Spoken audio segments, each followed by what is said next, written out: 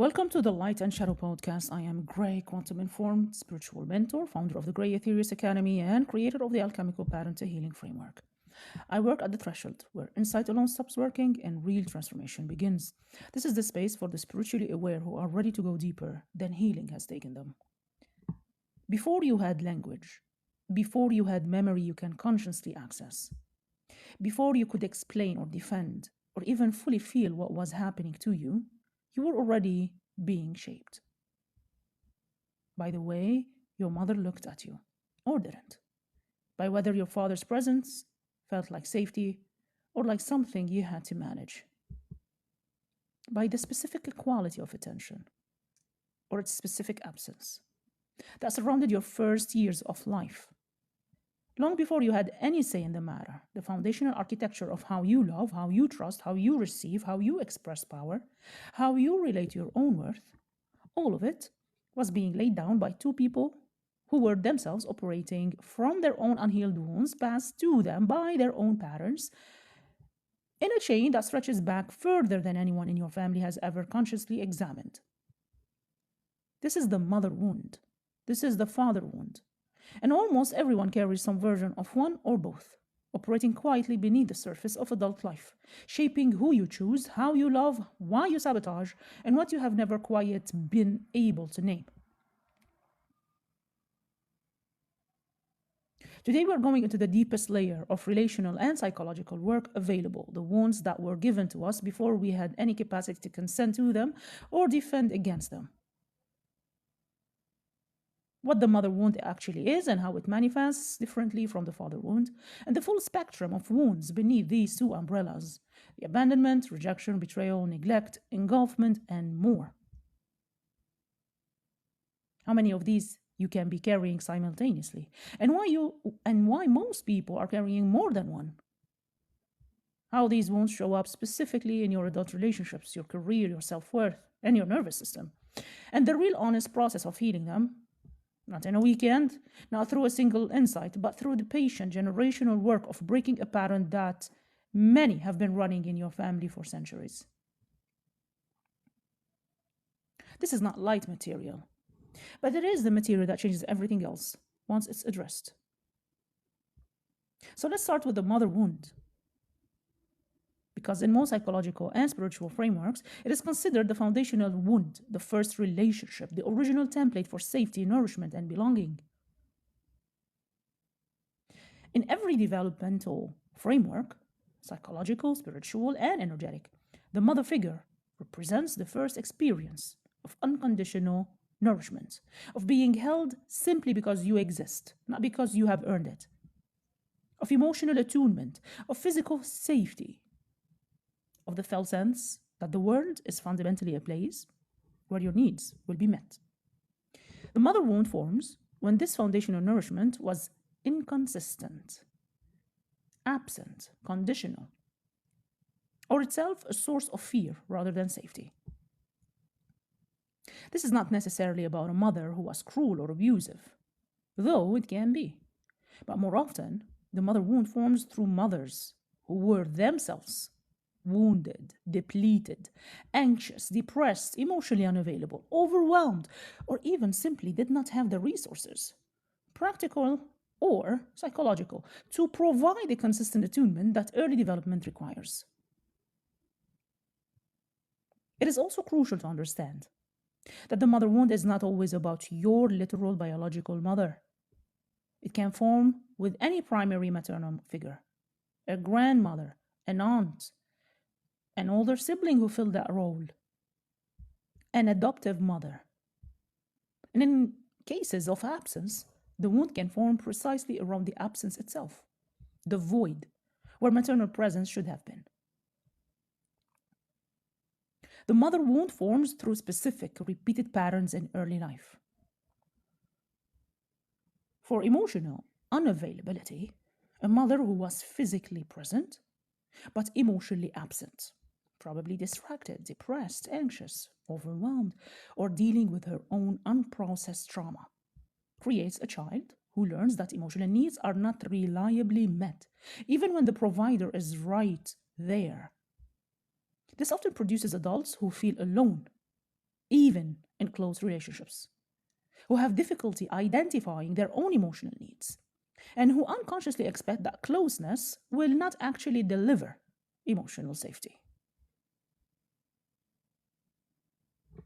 For inconsistency, this is a mother who was warm sometimes and cold, critical, or volatile other times, creates a particular kind of anxious wiring. The child learns that love is unpredictable, that they must monitor and manage the mother's emotional state to access safety, and that they can never fully relax into connection because it might be withdrawn without warning. The role reversal. A mother who needed to be taken care of emotionally and sometimes practically by her own child. This produces what is often called the parentified child, the adult who learned far too early to manage others' emotions, to be the strong one, to suppress their own needs in service of someone else's. This is one of the most common and most invisible forms of the mother wound because the child often grows into a highly competent, highly responsible adult. And the wound hides inside the competence. Now, for competition or envy, a mother who experienced her daughter's emerging womanhood, beauty, or success as a threat rather than a joy, this creates a specific wound around self-expression and visibility. A fear that being fully seen and fully successful will cost you the relationship with the maternal figure, and by extension, with women in general. The enmeshment. This is the mother who could not tolerate her child having an independent identity, who needed the child's emotions, choices, and life to mirror her own needs and desires.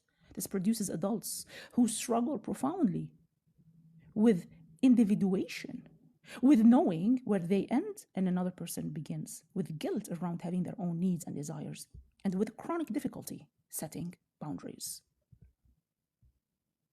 In adulthood, the mother wound tends to manifest in consistent patterns. A persistent, often unnamed feeling of not being enough, regardless of external achievement or validation. A difficulty receiving nurturing or care from others, even when it is genuinely offered. An unconscious suspicion of warmth or discomfort when someone tries to take care of you. Difficulty trusting other women, or alternatively, an intense and somewhat desperate need for female approval and friendship. A complicated relationship with your own body and femininity, including for many people, difficulty with self-care, with rest, with receiving pleasure, without guilt.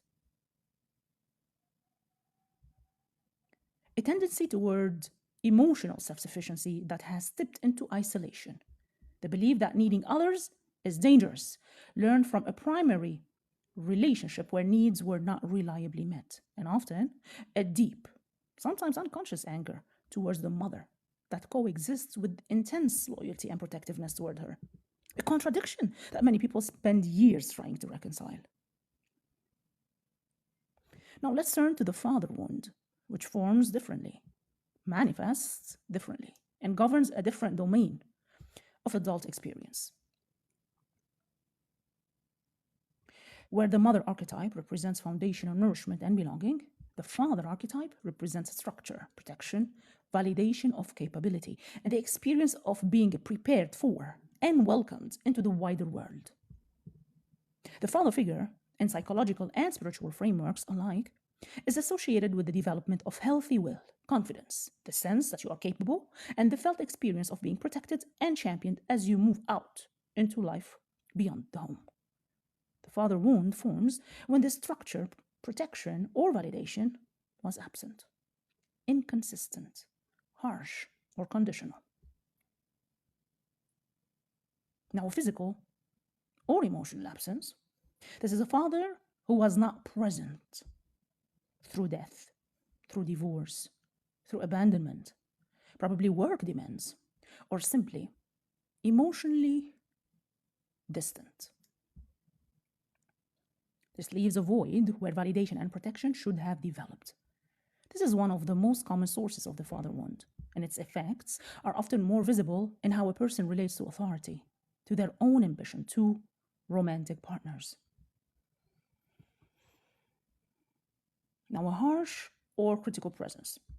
A father whose love was conditional on performance, on achievement, or compliance, who criticized rather than encouraged, who was difficult to please, who connected through correction rather than warmth. This produces adults with a particular flavor of perfectionism. The belief that worth must be continuously earned through achievement and that rest or simply being is never quite enough. Now, a volatility or fear-based authority. This is a father whose presence was associated with unpredictability, anger, or fear rather than safety. This creates a nervous system that associates male authority and power with danger, producing adults who either avoid power and authority figures entirely or who become hypervigilant and people-pleasing around them. Now, another type is emotional unavailability paired with provision. A father who provided financially and practically but offered little emotional connection. This is common in cultures and generations where fathers were taught that providing was the totality of fatherly love. This creates adults who struggle to believe that love can include genuine emotional intimacy with men, and who may unconsciously seek out partners who replicate this same pattern. Present, providing, and emotionally distant. Now, idealization through absence. This is particularly when a father has died or left early. Children sometimes construct an idealized version of the absent father. And this idealization, while understandable, can create unconscious standards that no real partner can ever meet, along with a persistent, hard-to-name grief for a relationship that was lost before it could fully form.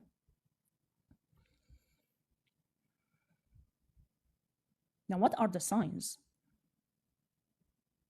you carry the father wound? The father wound shows up in adulthood with its own recognizable signature. A deep, sometimes desperate need for validation and approval, particularly from male authority figures, bosses, mentors, or romantic partners, paired with a sense that this approval, once received, never quite lands or lasts. Chronic difficulty trusting your own competence and capability, even when you are objectively skilled and accomplished. What is often called imposter syndrome, but which frequently traces back to a father relationship that never adequately reflected your capability back to you. Patterns of seeking out emotionally unavailable, critical, or unpredictable romantic partners, particularly for women seeking male partners, though this pattern is not limited by gender or orientation. A complicated relationship with authority and structure, either rebelling against all authority or, conversely, being unable to function without external validation and direction. And again, difficulty receiving protection or support. This is where a learned self-reliance that masks a deep, often unacknowledged longing to be taken care of, and frequently an undercurrent of anger toward men in general. Or conversely, an idealization of men that sets impossible standards in romantic relationships.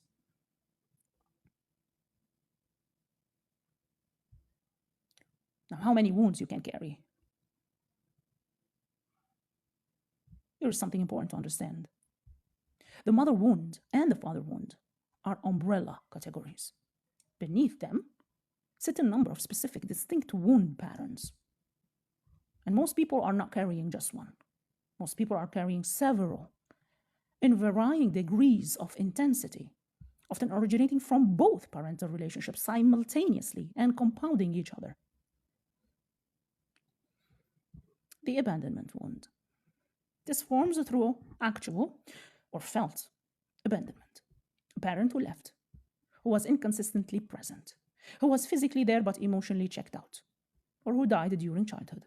The core belief installed is people leave, closeness is temporary, and I cannot fully depend on anyone remaining. In adulthood, this manifests as anxious attachment, difficulty trusting that relationships will last, a tendency to either cling tightly to partners out of fear of loss or to leave first, preemptively, so the abandonment is never experienced as something done to you. It also frequently produces hypervigilance around any sign of withdrawal or distance in a relationship. A nervous system constantly scanning for the abandonment it expects. The rejection wound. This forms through experiences of being criticized, dismissed, unwanted, or made to feel that your authentic self was not acceptable. A parent who wanted a different kind of child. A parent who responded to your authentic self-expression with disapproval rather than welcome. In adulthood, this manifests as a profound fear of being truly seen, a tendency to perform an acceptable version of yourself rather than risk rejection of the authentic one, and difficulty receiving criticism of any kind without spiraling into shame, and often a pattern of rejecting others first, preemptively ending relationships or pushing people away before they have the chance to reject you. Now we do have the betrayal wound. This forms through experiences where trust was violated by a parent, through lies, broken promises, infidelity witnessed in the household, or being used as a pawn in parental conflict. The core belief is the people closest to me cannot be fully trusted. Vigilance is necessary even in intimate relationships. In adulthood, this manifests as difficulty with vulnerability, a tendency toward jealousy or suspicions in romantic relationships, even without clear cause. Difficulty trusting partners' words versus needing constant proof, and sometimes a pattern of testing partners, unconsciously creating situations designed to reveal whether they will betray you, as your parent did.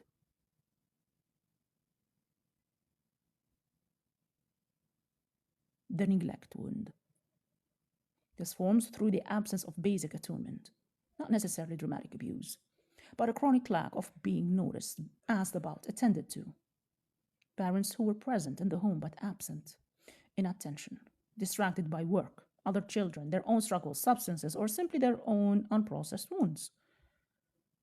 In adulthood, this manifests as a deep, often unconscious belief that your needs do not matter.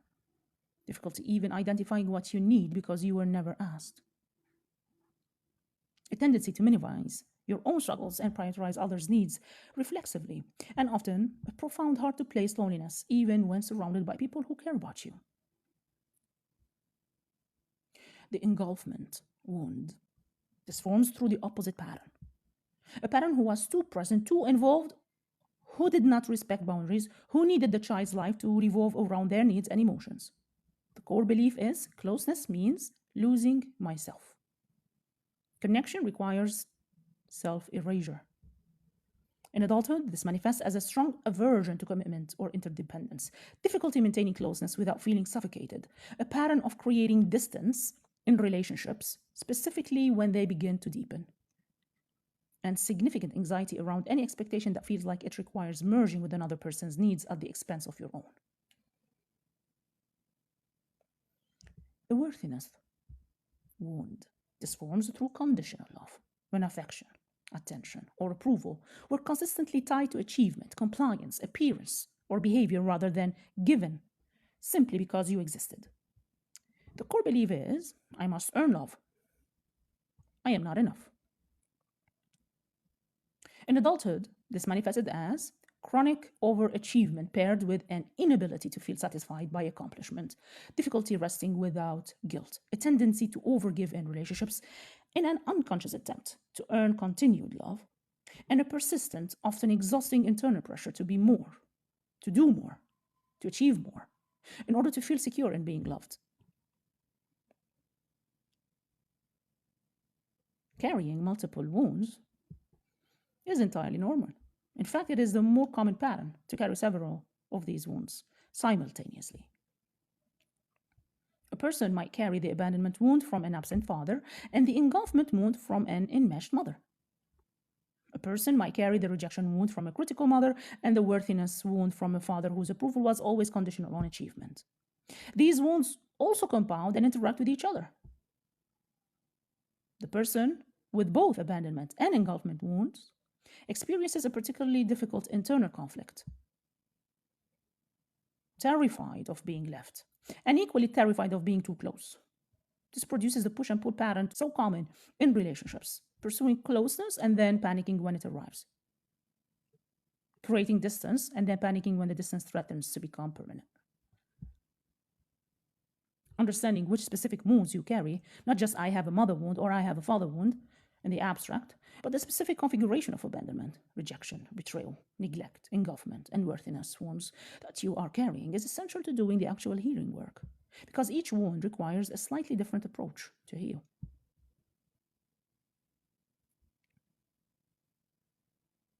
Now let's go into the specific lived consequences of these wounds in adult life, because this is where the abstract becomes painfully concrete. In romantic relationships, these wounds are most visible and most costly, because intimate relationships is precisely the territory that most directly echoes the original parental relationship. The person with an unhealed mother wound often unconsciously seeks a partner who would provide the unconditional nourishment they did not receive, and then feels chronically disappointed when any human partner, however loving, cannot fully fill that original void. The person with an unhealed father wound often seeks a partner whose validation will finally prove their worth, and finds that no amount of external approval ever quite resolves the internal question.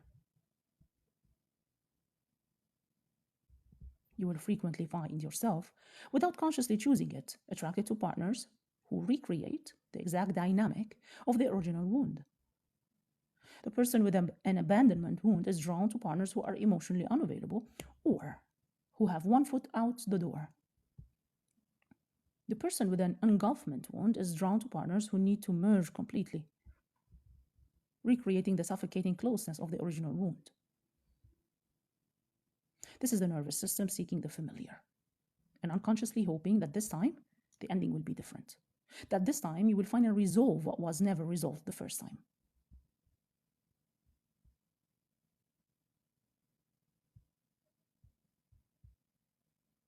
The father wound, in particular, shows up powerfully in professional life. The person with an unresolved father wound often either chronically overachieves, chasing a validation that never fully lands no matter how much is accomplished, or chronically underachieves, having internalized a belief in their own incapability so deeply that ambition itself feels unsafe. The mother wound shows up in career through difficulty receiving credit or recognition, through self-sabotage at the moment of success, through chronic overgiving and undercharging in service-based work. Patterns rooted in a primary relationship where worth was never simply given.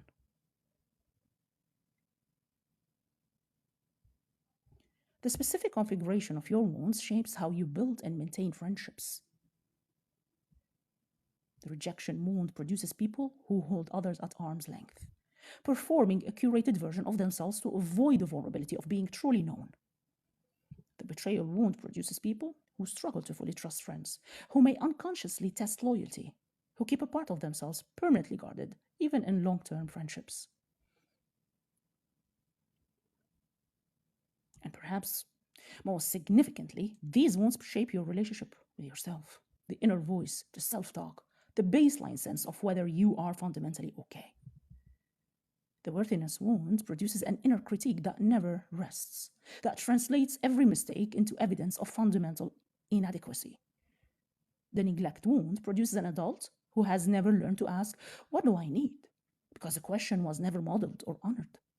The engulfment wound produces an adult who struggles to know their own preferences, their own desires, their own boundaries, because their early development required constant attunement to someone else's needs rather than their own. This is the generational mechanism. A parent who was never taught that their needs mattered raises a child who is never taught that their needs matter. A parent who learned that love must be earned raises a child with the same core belief. A parent who never received unconditional nourishment cannot fully provide it, no matter how much they consciously want to, because you cannot give what you have never received and never healed within yourself. This is karma in the most practical, non-mystical sense. Unprocessed pain passed forward through relationship, generation after generation, until someone in the lineage does the work to metabolize it rather than transmit it. Now let's talk about healing. Honestly, without the promise of a quick fix, because these wounds were laid down over years and they require real patient work to resolve. Step 1. Identify without blaming. So the healing process begins with clearly identifying which specific wound you carry.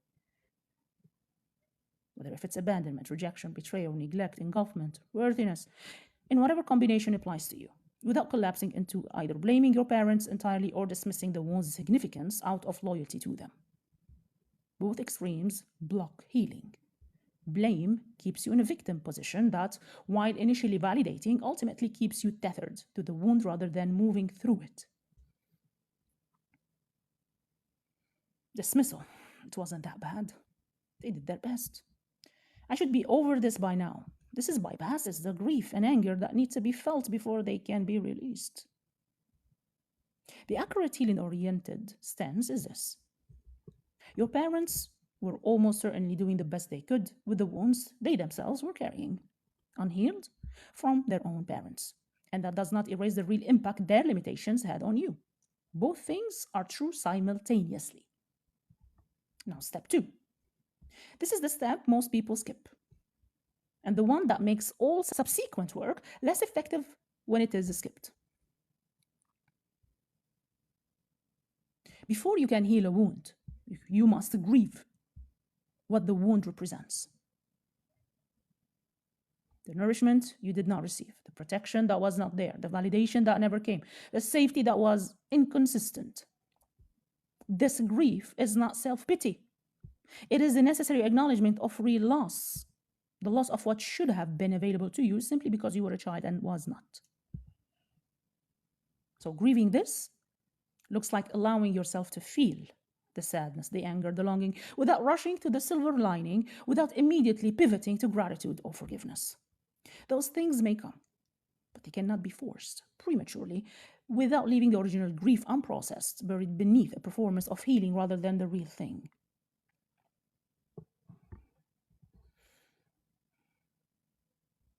Step 3.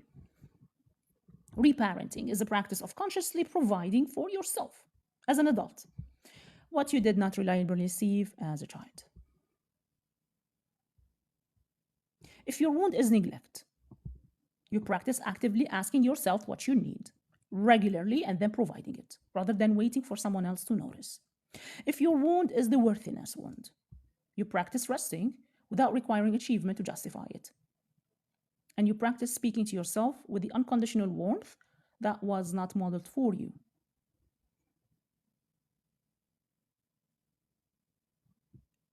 If your wound is rejection, you practice staying present with your authentic self even when you imagine it might not be welcomed, rather than performing the acceptable version. This is a slow work. The inner voice that reparents itself does not develop overnight. It develops through thousands of small moments of choosing a different response than the one you were trained into, until the new response becomes as automatic as the old one once was. Step 4 is the somatic release. Because these wounds are stored in the nervous system and the body, not only in the conscious mind, healing requires somatic work alongside cognitive understanding. Talking about the wound intellectually changes the story you tell. Somatic work changes the actual physiological pattern. This includes breathwork that allows suppressed emotion to move, body-based therapies like somatic experiencing, or EMDR for processing trauma that lives below the verbal level, and practices like Reiki and energy work that address the wound at the level of the body's energetic field rather than only the narrative mind. The trembling, the tears, the deep breath that finally releases, these are not incidental to healing. They are often the actual mechanism through which the nervous system updates its old patterns. Step 5.